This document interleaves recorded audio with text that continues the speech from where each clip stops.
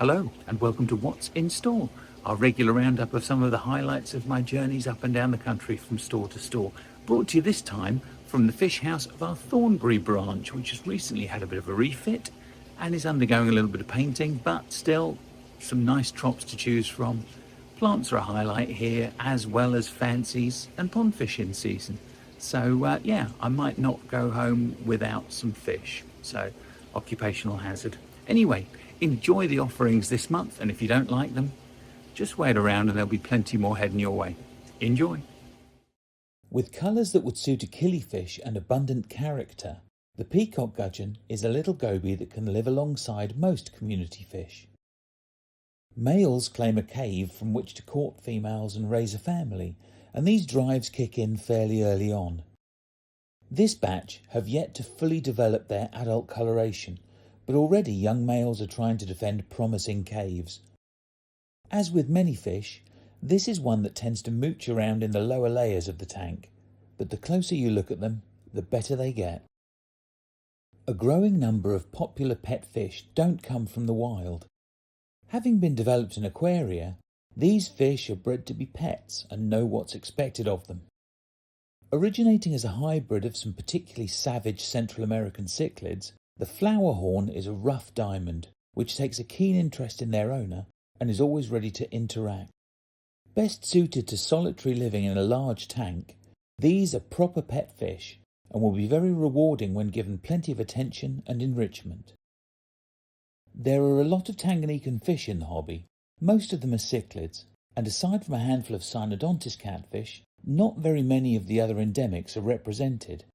One of the most impressive is actually a killifish, but could hardly be more different than the little annual species that we normally think of.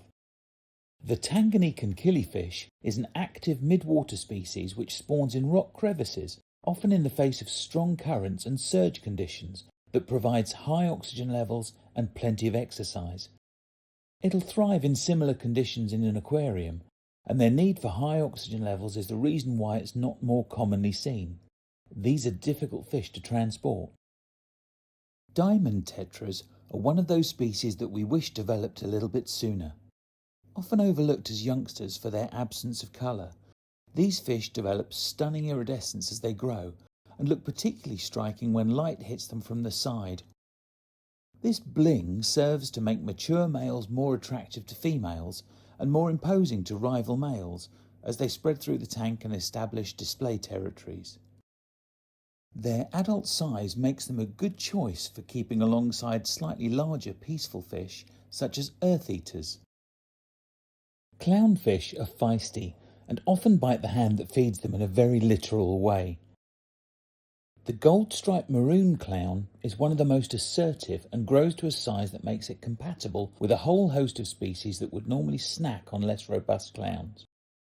Naturally found associated with bubble anemones, maroons retain a strong sense of what constitutes an appropriate host and will quickly adopt the right anemone if available. As females are capable of reaching over 15 centimetres, it's important to ensure that any potential hosts are large enough to cope with this. Sometimes established common names fail to capture the mystique of their alternatives. We know these fancy goldfish as telescopes, or telescope-eyed goldfish if you're being more formal, but I can't help feel that the Asian term of dragon eye sounds a bit more racy. These young calico fish are destined to grow into responsive pets that need large aquaria and plenty of water changes, like any indoor goldfish.